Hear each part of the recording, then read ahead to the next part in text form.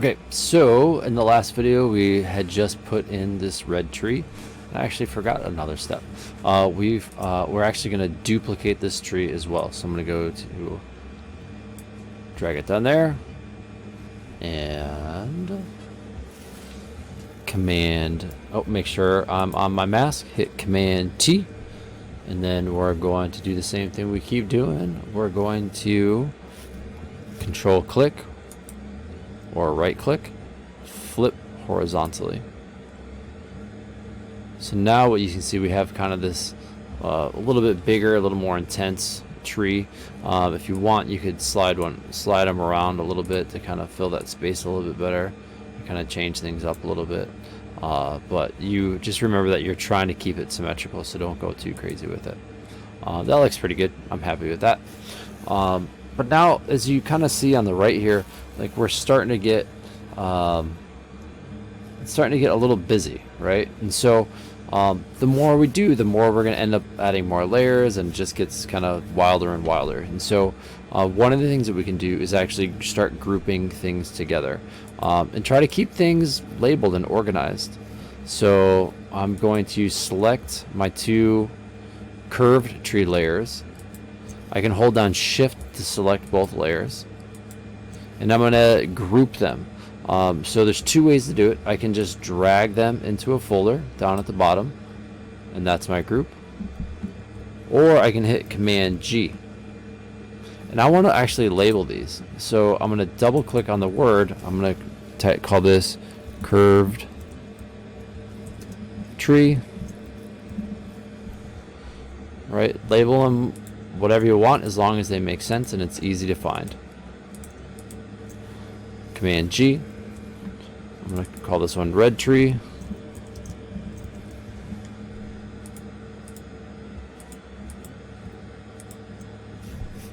Command G. I'm going to call this one hydro. Right, so you can see now we're already a lot cleaner than we were. I was just looking at the written example and I was like, something feels a little off. And so I was looking and I actually just noticed that they actually have a totally second set of these curved trees. And so we can kind of bust that out really quick. And so what we're going to do is just basically take this folder of the curved tree, drag it down, and I'm going to open that up. Change the color a little bit, so we're actually going to go lighter with it. With this one, I'm going to hit OK, and let's just chuck the other one, and we're going to drag it out a little bit, and we're going to transform it a little bit too, so make it a little narrower. So I'm going to hold on Shift. We'll resize it a little bit too. And kind of fill that space a little bit differently. Like I said, bring it down. It's not too bad. That kind of works. And then duplicate, just like we've been doing. Command T. Control click. Flip horizontally, drag it into place so it mimics the size, right? So we're trying to get symmetrical. Cool, that looks all right. Hit return. But we're actually going to bring it back one. Oh, so when you're dragging down, you got to make sure that you see that little line. Cool, and so now that it's back there, and it. Once again, a bunch of this stuff's going to end up getting covered up, so you won't totally see all these things too. And we're just trying to create a lot of depth in here. So I'm going to relabel this to call it light. Light.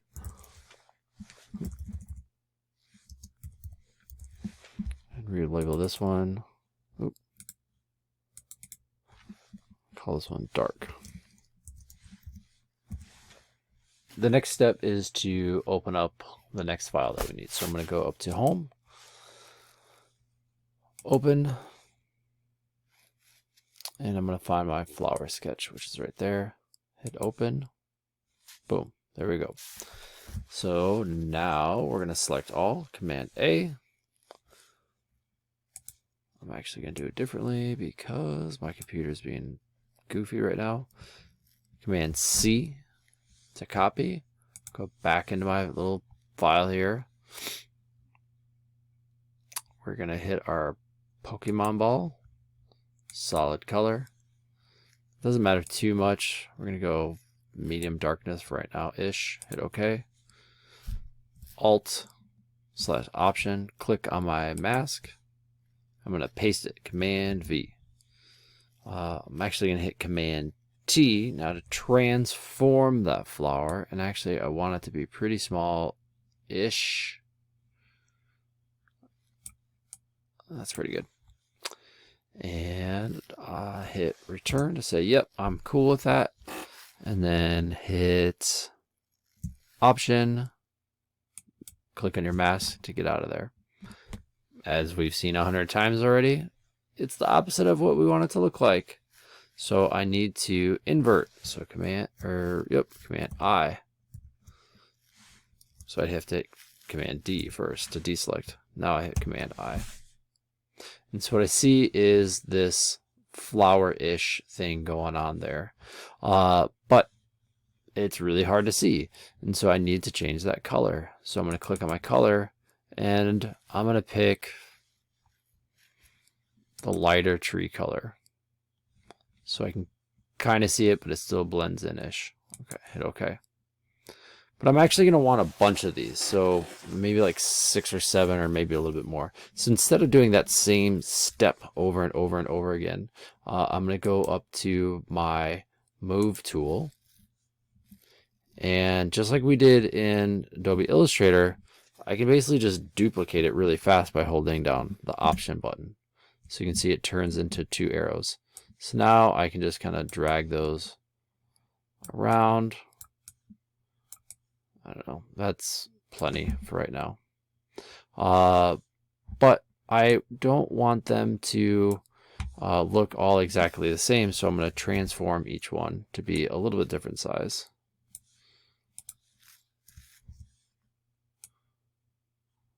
Make some bigger, make some smaller.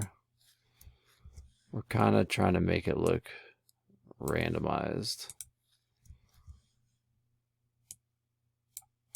And we're also trying, at the same time, trying to make a V-ish that's pointing down into this area. We don't have to totally transform all of them. And if you're happy with it, great.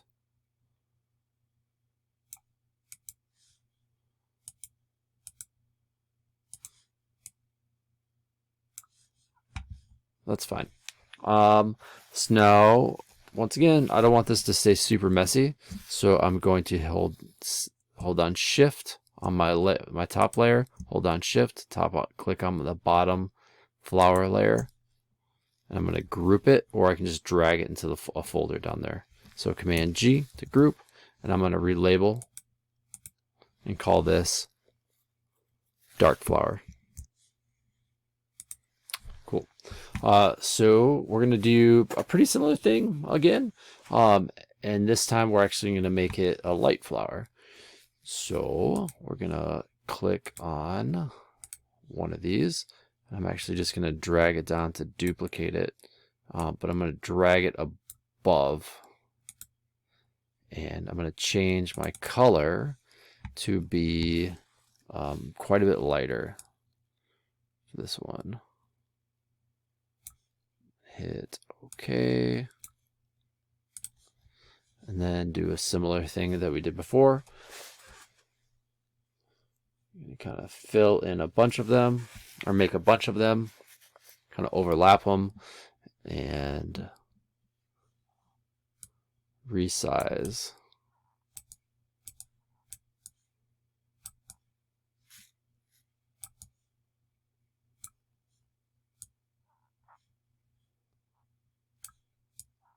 So I will come right back. Cool. So as you can see, I have a whole bunch of these now, and but they're kind of intrusive, right? They're kind of bright, they're on top of everything, you know, kind of intense. And so what we're actually going to do is that we're going to change how they interact with the layers below them. And so once again, I can go to my layer, I can go, I think screen actually is a pretty good option for these.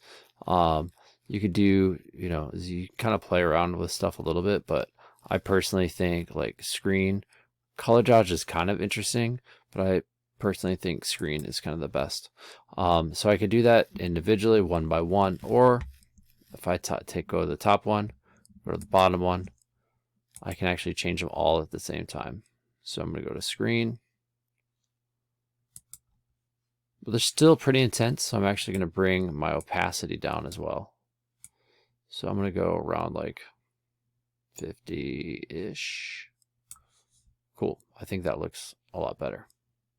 I'm going to actually do this, and then I'm also going to group them at the same time. Command G. We're going to call these light flowers. I'm actually going to do a similar thing to my dark flowers as well.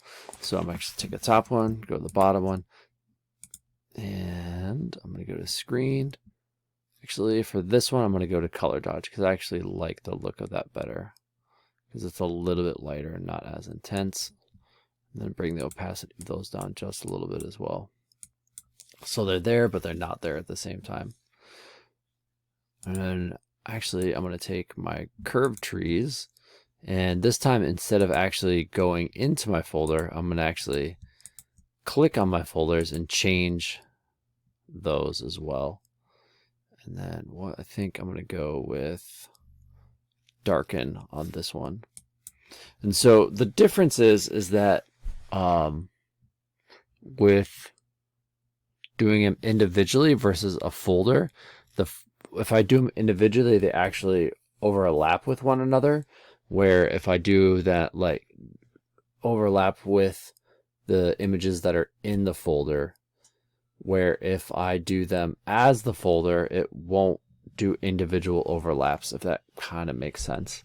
So you kind of just have to play around with it and you'll figure it out yourself. So, but yeah, so this is a really good time to save, and we will jump into the octopus squid arms after this.